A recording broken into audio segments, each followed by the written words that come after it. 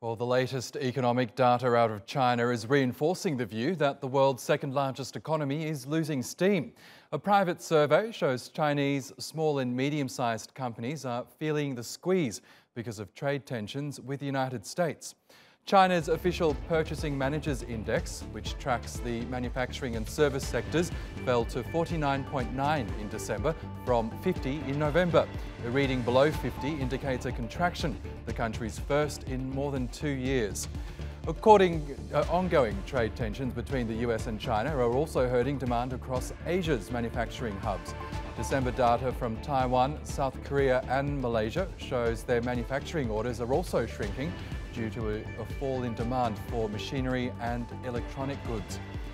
Well, the news sent shares across Asia lower on the first trading day of 2019. The Shanghai Composite fell just over 1% on Wednesday, while Hong Kong's Hang Seng lost almost 3%. And for more on this, Anne Lee joins us now from New York. She's CEO of technology investment consortium Coterie and the author of the book, Will China's Economy Collapse?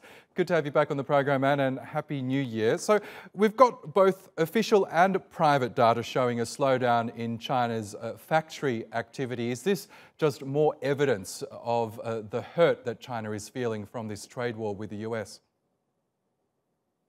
Well, I think that slowdown is coming from a combination of uncertainty around supply chains emanating from the trade war, as well as China's own self-inflicted slowdown from deleveraging efforts.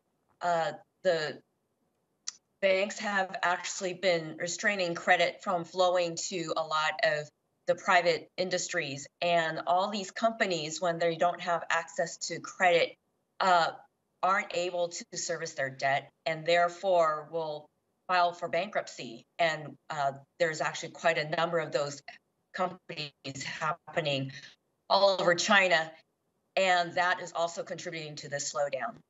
Interesting. So just on that point, why would Chinese banks be doing that if, I guess, we are facing a slowdown in China? You would think that they'd want to give more funds to these companies in order to kickstart growth. You're absolutely right. And I think that the government is actually keeping the funds flowing to the state-owned enterprises.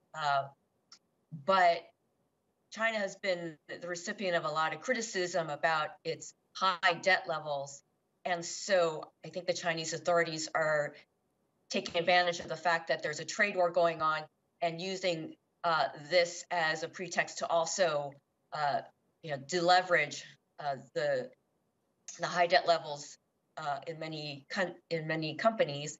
And when these companies do go bankrupt, of course, these assets get seized by the state.